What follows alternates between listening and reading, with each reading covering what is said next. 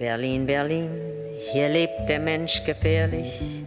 Und rutscht er aus, dann dreht sich keiner um.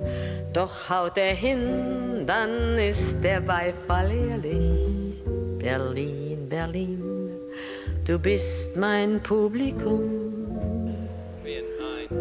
Das ist Berlin, wie es weint und wie es lacht.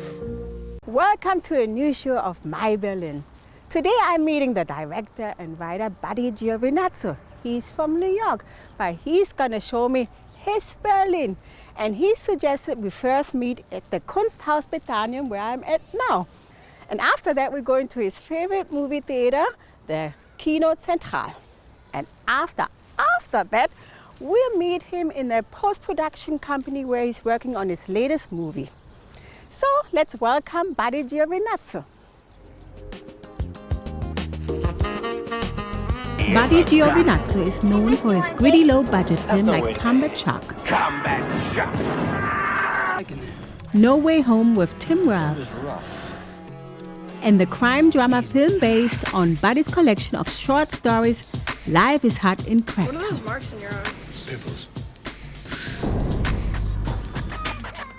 You got good days, you got bad days. From the best-selling novel, No beer with food stamps. I don't make up the rules, bro. Manny works 2 jobs to support his wife and young son. I can't have everybody packing Manny. Everybody's packing anyway.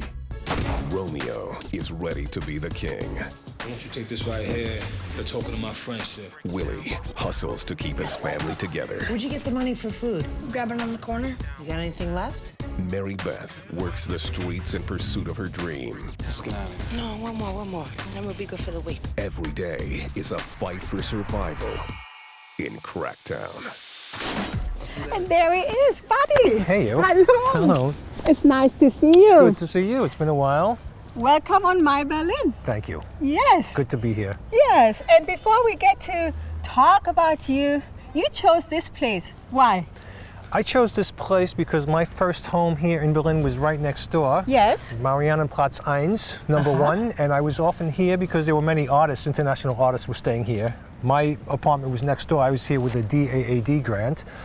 And all the artists from many different grants here in Germany and Berlin especially were staying here. So we would hang out here and just go to a cafe, drink, talk about work, watch movies, listen to music, and just basically hang out. Tell me when that was. That was 19... I was in May of 1998 when I first came here. Yeah, almost now. Yeah, we're almost half May, so... Yeah, Yeah. that's right. Almost 20 years. I've spent some time in between in America, but I pretty much have been living here the whole time. So we're going to go inside, and then you're Okay. going to tell me more about you in Berlin. I'll do my best. Yes, The we do. Central Let's go. Deaconess Institute Bethanien was constructed during the years 1845 and 47.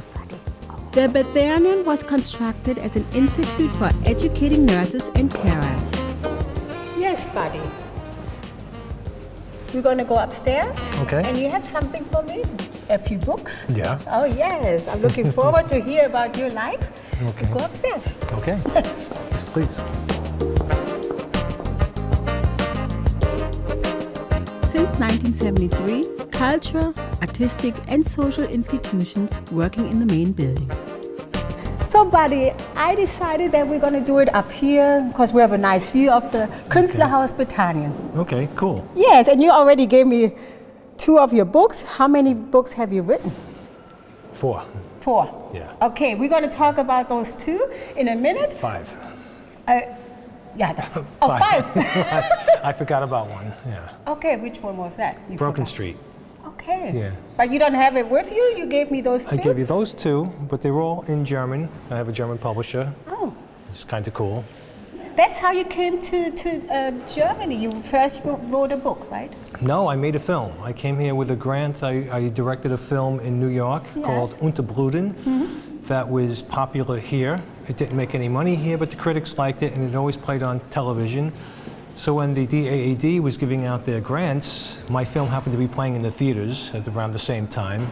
And so they saw the film, they saw my application, and I had a German publisher at the time, and so he filled out the application for me because it was all in German. I didn't speak any German back then. And then I got the grant and came over. Oh, great. Came to this neighborhood. Yes, and you're in this neighborhood still, but you were born in the neighborhood of New York. Where? New York. Where exactly? Staten Island, New York. All right. Yeah. Yeah. And then you grew up, and were you always film interested in writing or directing? No, I was interested in music. My father was a musician. I studied music. I was a musician. And then in the university, I took a film course, and it changed my life. And then I just found a new love. And then I just went from music into film. And then writing came about just because as a film student, I couldn't afford to buy scripts. So I just started writing.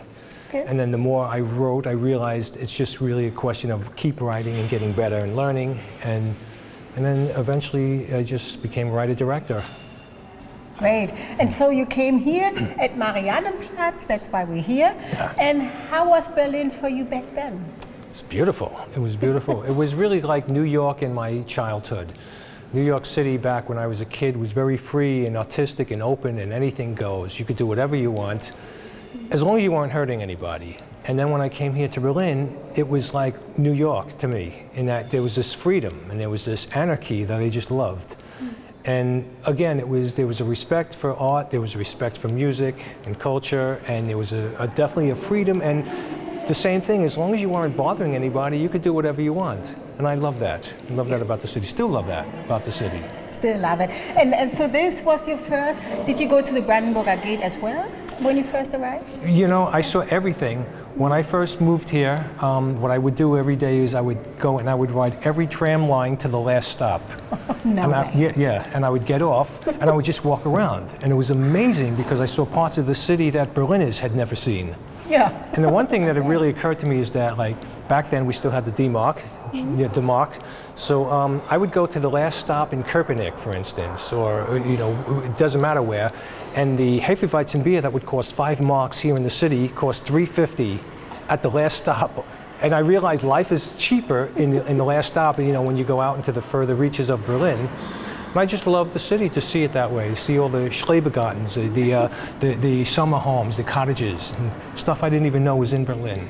And did you involve some of your stories in, well, yes, you did, in your books?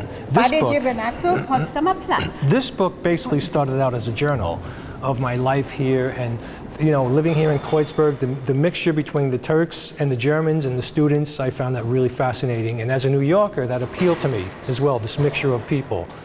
So I wrote that in the book, and I wrote also about the different neighborhoods I'd seen, like Lichtenberg and Marzahn, and more of the down and dirty neighborhoods of Berlin. And which is interesting too, yeah. It was fascinating to me.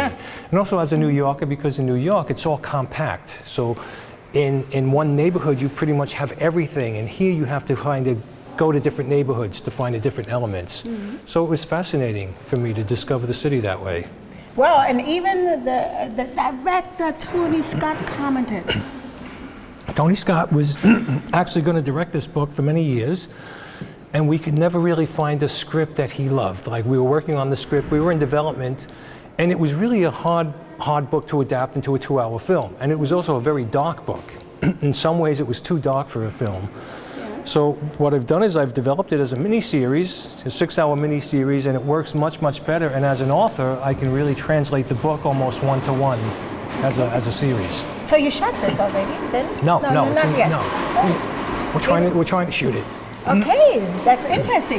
Before we come to the movies, we go in the Kino Zentral, your favorite movie. Okay. You tell me about your movies. Now I have to know about Piss in den Wind. That sounds so German.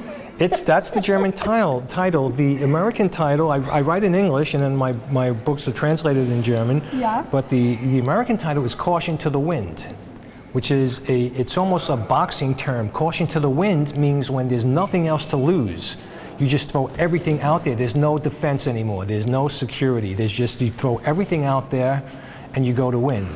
And so that's what this book was about. It's about a character who just has nothing left. He's just completely desperate, and he just throws everything into his goal. Oh, and which city does that play? In the West? That plays in the West Coast in a fishing neighborhood, a fishing city, where there's a harbor and there's boats and there's water. So it could be any? Could be anywhere on the West Coast. Ach so, California. In California, it's the Pacific. I thought Rügen or Nordsee or Sylt. No, this book takes place in America, but Potsdamer Platz takes place completely Exactly. Here in Berlin. Oh, wow. That's great. And so you wrote 5 books, you made lots of movies, and we're going to talk about it. We're going to drive to the Kino Central. Okay. So let's go there. Okay. Thank you, buddy. After you. Let's go.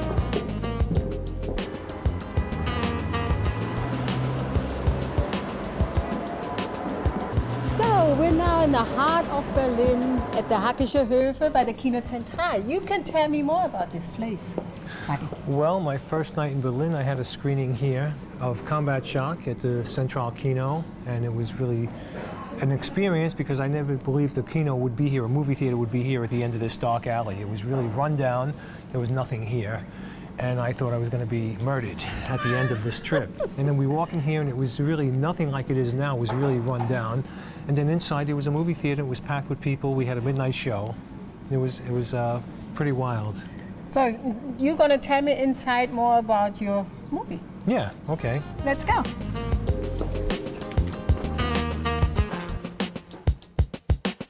Berlin, Berlin, du bist mein Publikum.